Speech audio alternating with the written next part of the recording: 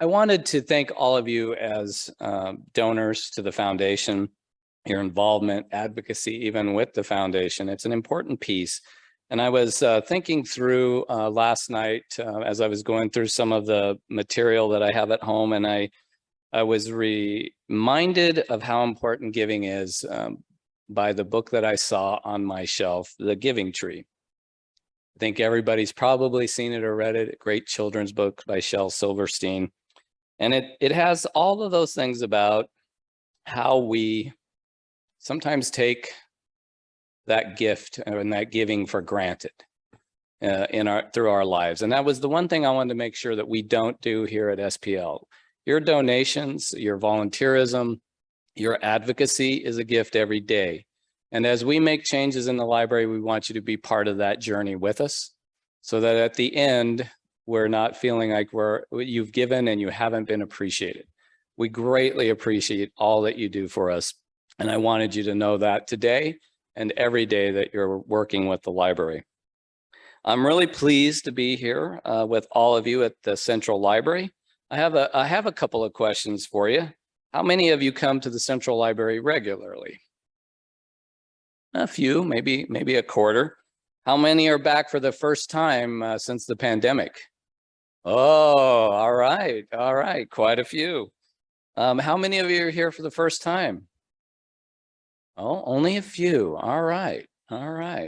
Well, hopefully you'll have a chance today, if you're new, to take a tour. We're open this today and this afternoon.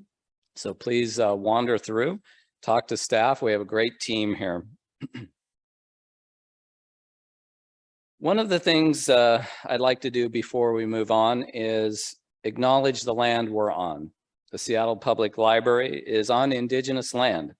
These are the traditional and unceded territories of the Coast Salish people, specifically the Duwamish people, past and present. I'm often asked, why does the library do this? And what do you want us to do as audience members? And I appreciate the question.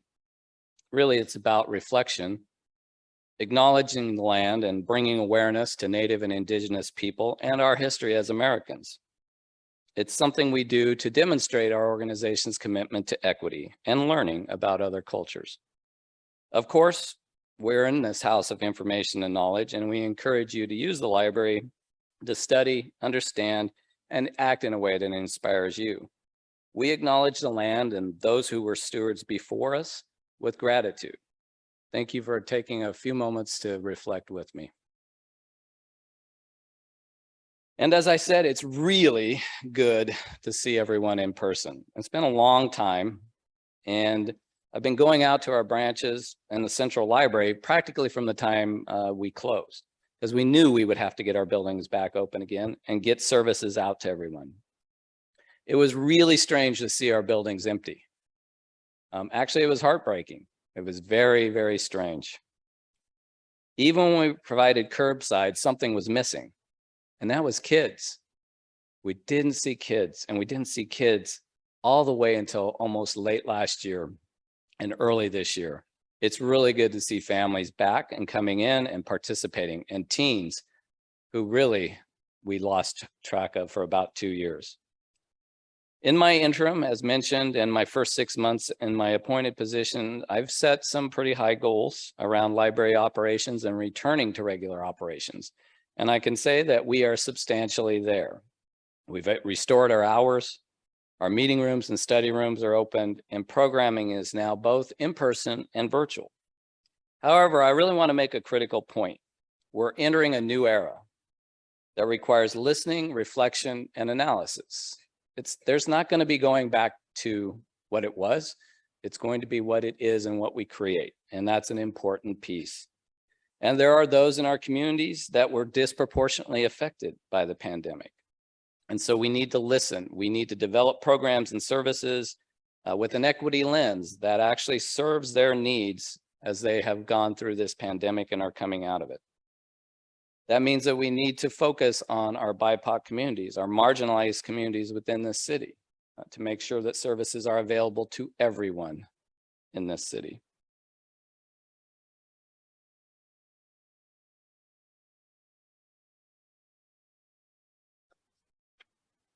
The library is a hub in our community, and Central is a hub to our branch system.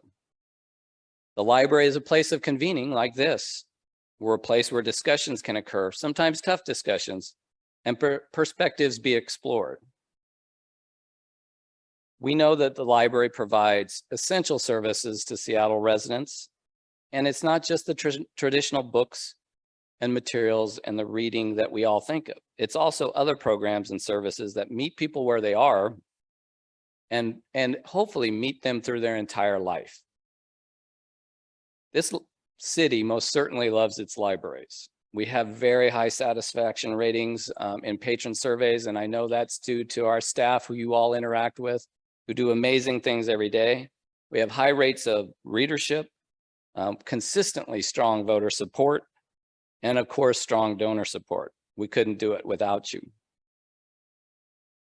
As I mentioned earlier, the nature of our work is changing.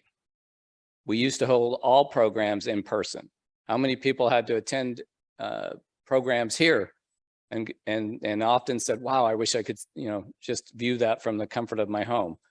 Well, the good thing today is you can. Sometimes it's difficult to get downtown. Sometimes it might be difficult to get to a branch. As the city gets ready to rip up more streets for all of these transportation projects, it will be more difficult to get everywhere. So we're happy to be able to do these hybrid environments and hopefully share more of our programming with more people. Access is really key. And so hopefully, if you have experienced only in-person programming, do try some of the hybrid programming. I think you'll find it still very engaging and very valuable. So as we continue to explore more of this hybrid approach to things, we know we'll have to have more platforms, electronic platforms. That'll allow us more access. But we also know that we need to expand more of those in-person services because people like to connect.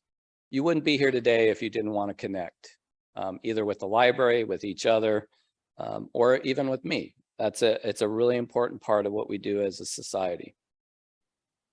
Some of the great examples of our hybrid work came about during the pandemic. As you know, we had a great homework help program that was all volunteer based out in the branches and a great number of branches.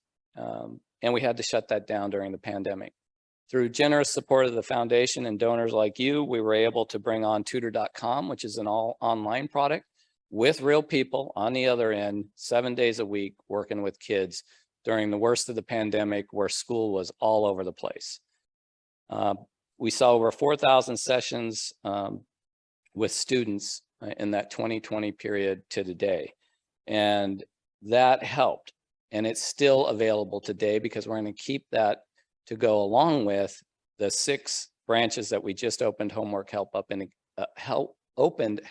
homework help up in today. Try saying that a few times faster. But with that, we know that it's going to take both of these. Some students excel in an online environment. Some students don't. They need that social and emotional connection and that mentorship from our great volunteers who work with them sometimes on a weekly and sometimes a daily basis. It's been hugely valuable for our students. And I'm very happy to say that those 6 programs are up and operating as of the end of this month. And we hope to restore that program to full as we move through next year. And as we do all of this work and as these changes occur, we must continue to listen and adapt to what's happening in our communities. We need to really think about new strategies for delivering services. We know the pandemic brought many changes, an overnight spike in e-materials. How many of you use e-materials, audiobooks, e-audio, e-books? All right. How many of you would never have touched one before the pandemic? Quite a few, right? So that is the case. And with that, though, comes higher prices. We know that. E-material costs us more, 3 to 7 times more than printed materials. And so we need to accommodate both. 50% of our circulation is e-material and 50% physical now. We need to continue. We also know that there's some really alarming stats from this last 2.5 years.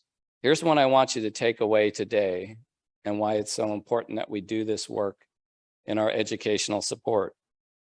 In the last 2 years, nearly 30 years of educational advancement in reading and math have been lost. 30 years in the last 2 years in reading and math advancement has been lost. This is where the library can step up, and this is where the library can assist. And that's why the things like homework help and all of these other programs that we do in youth support are so critical. These kids are going to have some challenges, and it's going to be both downstream or in the future, and it's also going to be those that are coming up that also will have experienced. This will be something that will be lasting for several decades as we course correct. We also know that library spaces are used heavily every day for those who come in and do all the things you can think of in libraries, but also sometimes as emergency shelter in heat events, as we've experienced here a few times in the last couple of years, and also in snow or inclement weather. We're working now on making sure that we get air conditioning in every building. We're working on that climate resiliency. It's been a focus for the last couple of years, and we're continuing to push forward, and we're looking for new means of revenue to help support that. And we know that as we look at our spaces, we need to also think of those teens that I just talked about as well. They lost a lot of that social, emotional development timeframe. Being out in community, working with the library, being in our programs, we need to make sure our spaces reflect good, healthy spaces for them to grow and learn in. And it's been some unprecedented challenges for library workers. I think for those of you who have relationships with our library staff, you can ask any of them, has this been an easy time in their career? It has not, I can assure you.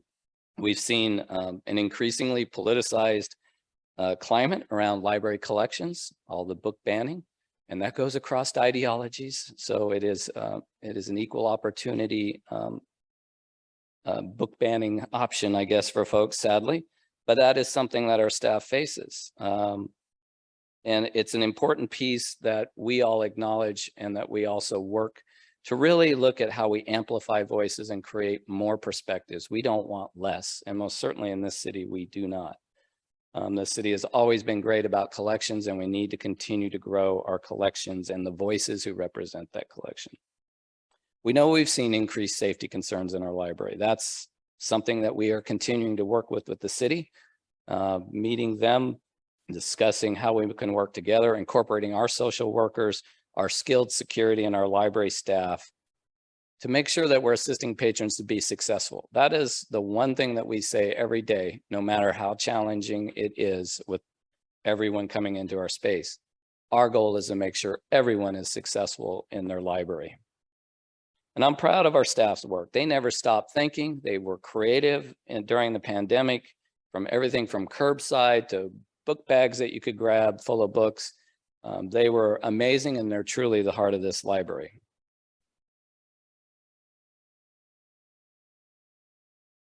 And as we build the library of the future, we've got to face all of those challenges head on, acknowledge our successes and failures, again, understand those changing community needs.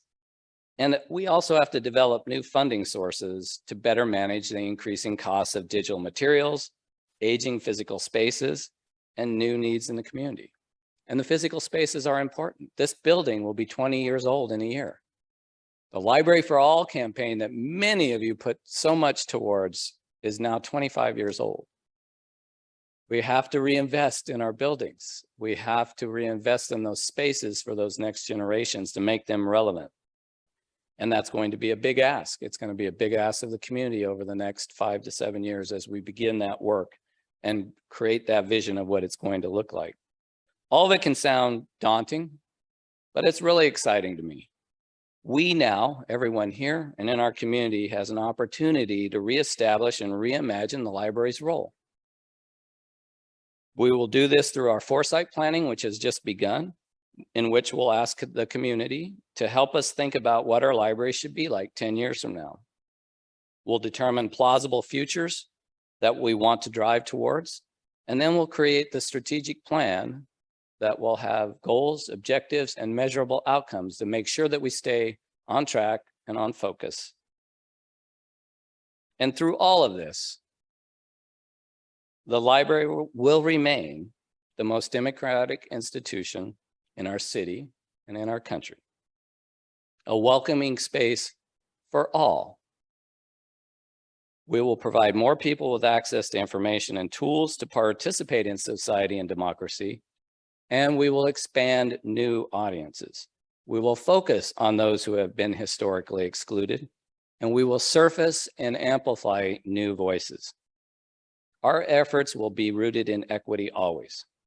We will become more inclusive, address disparities, and prepare to serve future generations not yet born. We are committed to being an active and positive institution of change in our community for generations to come.